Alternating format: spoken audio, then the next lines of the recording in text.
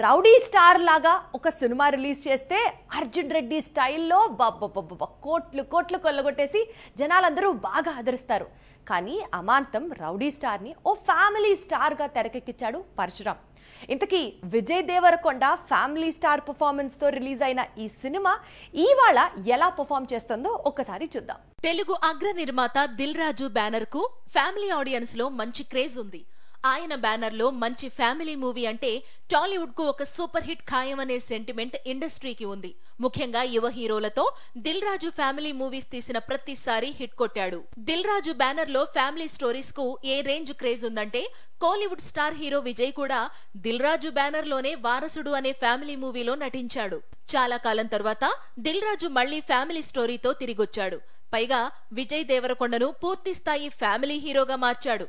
పైగా అర్జున్ రెడ్డిని గీత గోవిందంగా మార్చిన పరశురామ్ తన డైరెక్టర్ కావడంతో రౌడీని పూర్తిగా ఫ్యామిలీ స్టార్ గా మార్చాడు దిల్ రాజు. రౌడీని ఒకసారి గీత గోవిందంలో చూపించి బ్లాక్ బస్టర్ అందుకున్నారు పరశురామ్. సేమ్ కాంబినేషన్ లో ఫ్యామిలీ స్టార్ వచ్చినప్పటికీ గీత గోవిందం మ్యాజిక్ రిపీట్ కాలేదు అనేది థియేటర్స్ దగ్గర నుంచి వినిపిస్తున్న మాట. అయితే rowdy performance, Mrunal craze, Dil Raju banner కు ఉన్న ఫాలోయింగ్ ఫ్యామిలీ స్టార్ ను ఫ్యామిలీస్ కు దగ్గర చేస్తుందని యూనిట్ నమ్ముతోంది.